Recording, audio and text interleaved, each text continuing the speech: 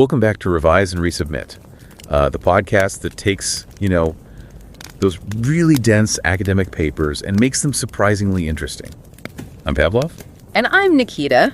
We've noticed a lot of you are tuning in, which is amazing, but I haven't quite hit that subscribe button yet. Yeah, and that little button, honestly, it's so small, but it makes such a huge difference in helping us reach more people with these important discussions. Right.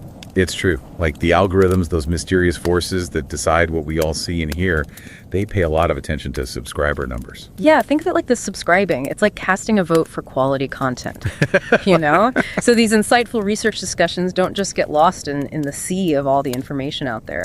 More subscribers equals more visibility. Right. And that means more resources for us to make even deeper dives for you. Yeah. Maybe bring in experts for interviews, even do some live Q&A sessions where you can jump in. Yeah, exactly. It's all about building a community around research, Yeah.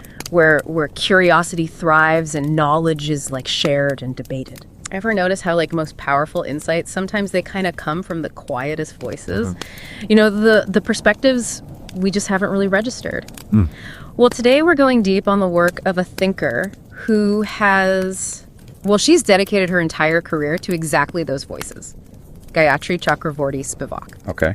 And it feels really timely, given she was just awarded the 2025 Holberg Prize. Yeah. A pretty significant honor in the humanities. Yeah. The Holberg Prize, it's like the top, for humanities scholarship. Right. It recognizes those people who have made just groundbreaking contributions across fields like literature, social sciences, law, and even theology. Yeah. Spivak's background is fascinating. She was born in Kolkata. She earned her degrees from the University of Calcutta and Cornell. Wow. And today she's a university professor in the humanities at Columbia. But I think the thing that really grabs you right away is just the sheer breadth of her intellectual curiosity. I mean, she just seems to effortlessly navigate comparative literature, translation studies, post-colonial thought, political philosophy, feminist theory. Yeah. And these aren't separate compartments for her. They're all interconnected. They're lenses that she uses to examine the world. It's that interdisciplinary approach I think is so important to understanding her work. Right. Because she brings together all these different fields. Right. And she makes all these connections and she challenges assumptions that might otherwise go unnoticed. Yeah, for sure. So our mission today is we want to unpack some of Spivak's most influential ideas. Okay. We're going to focus specifically on her essay, Can the Subaltern Speak? Right. Which we've got some excerpts of, and we'll be drawing insights from the Holberg Prize citation as well. That sounds good. Okay, let's jump in. So one of the core arguments I think that Spivak makes is this really powerful challenge to how Western scholars have traditionally understood and represented the world. Yeah, I think it's crucial to understand that her critique is really directed at this tendency in Western intellectual thought to present its own perspective as if it's universal, as if it applies to everyone, everywhere, without really acknowledging its own specific history and biases. And this leads to a consequence where the experiences and viewpoints of non-Western and marginalized or subaltern groups are often pushed aside, distorted, or just completely ignored. Yeah.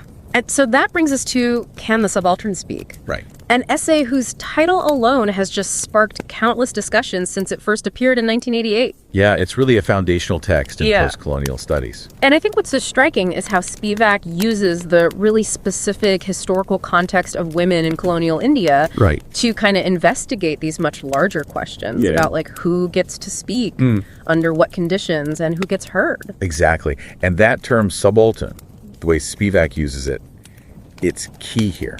It refers to those who are marginalized, those who lack access to the dominant ways that a society represents itself. Right. And how it wields power. Right. And it's not just about economic disadvantage, although that's often a factor. Yeah. It's about a fundamental lack of voice and agency within the systems that shape society.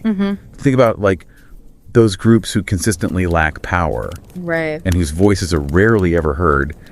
That's the kind of general terrain Spivak is exploring with her concept of the subaltern. Right. Okay, so she makes this really powerful argument about what she calls the subject of the West. Often acts as if it exists outside of any specific geopolitical context.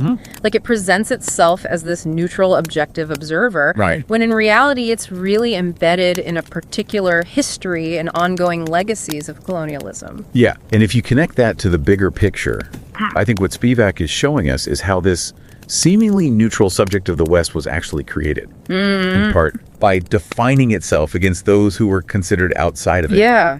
Othering them. Right. And she points out that the very process of constructing this other of Europe involved this active erasure of what she calls the textual ingredients, the ways of knowing, the cultural expressions Right. through which a subaltern subject might even begin to articulate their own experiences. And it wasn't just like a passive overlooking. No, it wasn't passive at all. Right. She emphasizes how ideological, scientific, and legal institutions Yeah.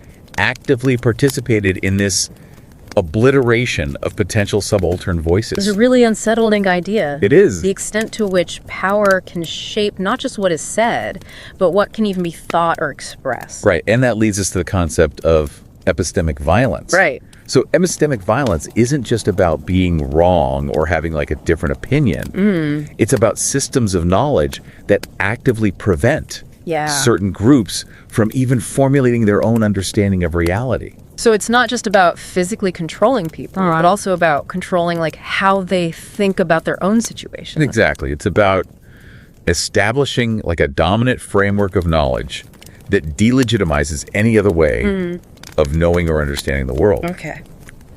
Now, Spivak's thinking also really engages with the Subaltern Studies Group, Right. which was a collective of historians Yeah.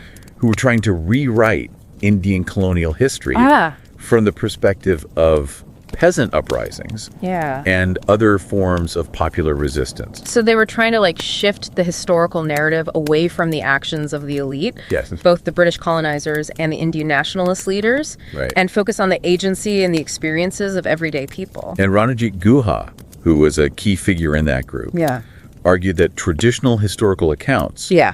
whether they were written by the colonizers or the nationalist elite, were largely elitist, Right. in that they focused almost exclusively on the achievements of those elite groups. But Spivak offers like a more complex view of this, doesn't she? She does. She recognizes the importance of trying to understand what Guha called the politics of the people. Right. But she also cautions against the idea that we can just simply uncover some unified subaltern consciousness. So she's raising this really important question about representation. Yeah. I mean, she argues that the colonized subaltern subject is irretrievably heterogeneous. Right. There isn't just like a single, easily identifiable subaltern voice Yeah. that an intellectual can just find and present. And for those who are truly marginalized, those whose very identity is shaped by their difference, Right. there is no readily accessible subject who can directly speak to the intellectual. And so she makes this point that in what she calls the semioses of the social text, which is basically the ways a society creates and understands meaning, these moments of insurgency,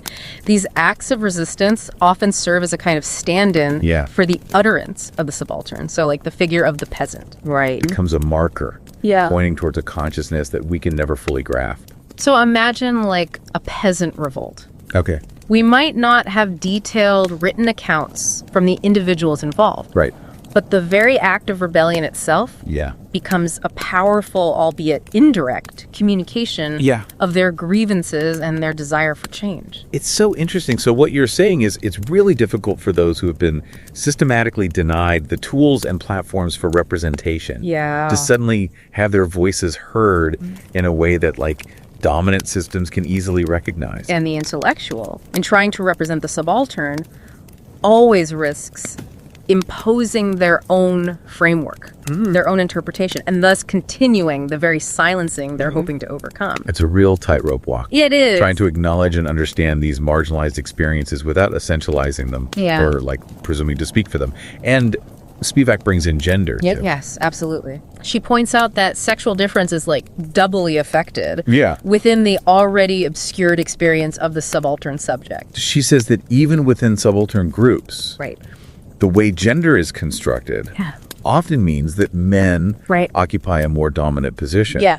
So the subaltern, as female, is even further marginalized, facing not only the oppression of colonialism, but also patriarchal structures Yeah. within their own communities. It's a powerful reminder of how different forms of marginalization can intersect Right. and create even deeper layers of silencing. Absolutely. Okay, so I want to shift gears just slightly here. Okay. Beyond Can the Subaltern Speak? Yeah. Spivak has made significant contributions in a lot of other areas, She has. as the Holberg Prize citation points out. Like her concept of planetarity, which she introduced in Death of a Discipline. Right. That offers this really thought-provoking ethical framework that goes beyond the typical limitations of how we think about globalization. So instead of just focusing on interconnected markets, planetarity suggests a more fundamental interconnectedness and this shared responsibility for the planet and all its inhabitants. I see. Okay. And then there's strategic essentialism, which, as I understand it, this involves like the temporary adoption of a shared identity by a group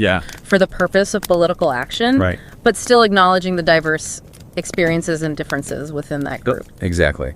It's about recognizing that in order to challenge power structures effectively, sometimes marginalized groups might need to emphasize shared identity, even while being aware of the complexities and nuances within that group. Right. And her commitment to global criticality underscores, I think, the need for this ongoing critical examination of power structures wherever they exist in the world. And she doesn't just look at the historical legacies of colonialism, Right. but also at contemporary forms of inequality and domination. The Holberg citation also highlights Spivak's work with translation. It's clear that for her, translation is way more than just like a linguistic transfer. It's a deeply philosophical and political act. Yeah. And what's interesting here is how she understands translation as this crucial way to engage with different ways of knowing and understanding the world. I see. And you see this in her translations of Bengali literature, Mahasweta Devi, The Philosophy of Jacques Derrida, and the writings of Aimé Césaire, Right. which show this commitment to engaging with different cultural and intellectual traditions. But Spivak's work isn't just abstract theory. Right. I mean, she's also deeply involved in activism. Yes, especially in combating illiteracy Yeah. in marginalized rural communities. Her commitment to education is really inspiring. It is. She believes that rigorous intellectual work needs to be connected to concrete local efforts Right. to challenge intellectual colonialism, as she calls it. So, speaking of her wide-ranging intellectual engagement, I found this really interesting fact. So Spivak was actually instrumental in recommending Swami Sarvapriyananda Oh, wow. to be admitted as a Nagral Fellow in the Harvard Divinity School. That's fascinating. Yeah, so for those who might not know, Swami Sarvapriyananda is like a really highly respected authority in non-dual Vedanta philosophy, which is an important school of thought within Hinduism. And I think this really speaks to Spivak's own intellectual curiosity and her deep commitment to engaging with and elevating perspectives from beyond like the traditional Western academic canon. It does. It suggests a genuine openness to different knowledge systems and intellectual exchange, which really resonates with her critiques of Western-centric thought. Right. It's like a concrete example of her dedication to fostering a more inclusive and expansive intellectual landscape. The Holberg Committee praised her work, saying that it challenges readers to train the imagination and inspires inconceivable lines of critical interrogations. Yeah, it really sums up how she pushes us to think beyond our established ways of seeing the world. So as we wrap up this deep dive, Yeah. what are some key takeaways you think our listeners should have about Spivak's work? I think it comes down to her examination of power, knowledge, and representation. Okay.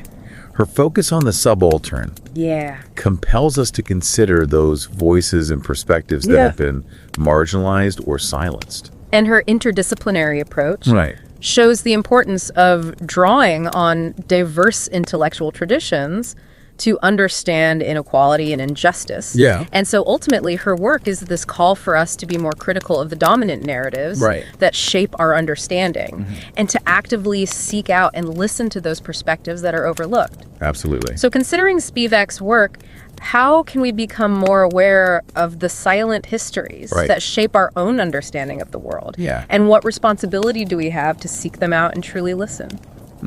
That's a great question. It's a question worth reflecting on. We encourage you to explore Spivak's profound writings. Yeah, And the work recognized by the Holberg Prize. It's really important work. And don't forget to subscribe to Revise and Resubmit on Spotify and Apple Podcasts. And if you're enjoying the show and want to support us in creating more insightful content, consider becoming a patron on Patreon. Every contribution helps us continue this journey of exploration and discovery. Until next time, keep those minds curious, keep questioning, and keep revising and resubmitting.